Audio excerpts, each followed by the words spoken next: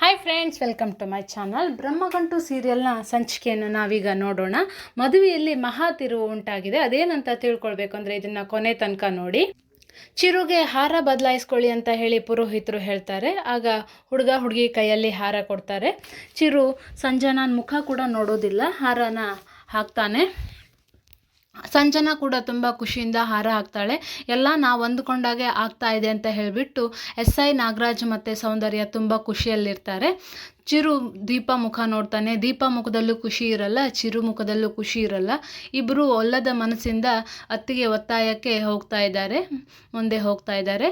ದೀಪ ಮಾಡಿರೋ ಪ್ರಮಾಣಕ್ಕೆ ಚಿರು ತಾಳಿ ಕಟ್ಟೋದಕ್ಕೆ ಒಪ್ಕೊಂಡು ತಾಳಿ ಕಟ್ಟೋದಕ್ಕೆ ಮುಂದಾಗಿದ್ದಾನೆ. ಇಲ್ಲಿ ಪುರೋಹಿತರು ತಾಳಿನ ಎಲ್ಲರಿಗೂ ನಮಸ್ಕಾರ ಮಾಡ್ಕೊಂಬನ್ನಿ ಅಂತ ಹೇಳ್ತಾರೆ. ಅಲ್ಲಿರೋರೆಲ್ಲ ನಮಸ್ಕಾರ ಮಾಡಿದಾದ್ಮೇಲೆ ಚಿರುಗೆ ತಾಳಿ ಕಟ್ಟೋದಕ್ಕೆ ಹೇಳ್ತಾರೆ.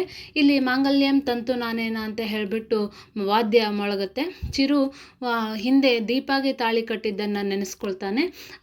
ಹಿಂದೆ ದೀಪ ಕಟ್ಟಿದೆ, ಈಗ ಹೇಗೆ ಕಟ್ಟೋದು ಅಂತ ಬೇಜಾರಲ್ಲಿ ಇರ್ತಾನೆ. ದೀಪ ಕೂಡ ಅವರಿಬ್ಬರು ಬ್ರಹ್ಮಗಂಟುನಲ್ಲಿ ಒಂದಾದ ಸ್ಥಿತಿಯನ್ನು ನೆನಪು ಮಾಡಿಕೊಂಡು ಬೇಜಾರು ಮಾಡ್ಕೋತಾಳೆ. ಇನ್ನೇನು ಚಿರು ತಾಳಿ ಕಟ್ತಾ ಇರ್ತಾನೆ.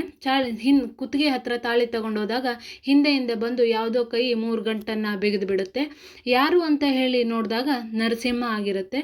ಸೌಂದರ್ಯ, SI ನಾಗರಾಜು ಹಾಗೂ ಸಂಜನಾ ಎಲ್ಲರೂ ಶಾಕ್ ಆಗಿದ್ದಾರೆ.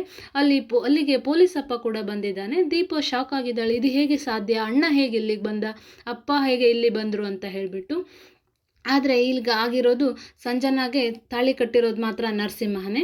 ಸಂಜನಾ ಮತ್ತು ಸೌಂದರ್ಯಳ ಸೊಕ್ಕಿಗೆ ನರಸಿಂಹ ಸರಿಯಾದ ಉತ್ತರ ಕೊಟ್ಟಿದ್ದಾನೆ.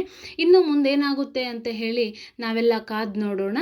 ಲೈಕ್ ಮಾಡಿ, ಶೇರ್ ಮಾಡಿ, ಸಬ್ಸ್ಕ್ರೈಬ್ ಮಾಡಿ. Thank you.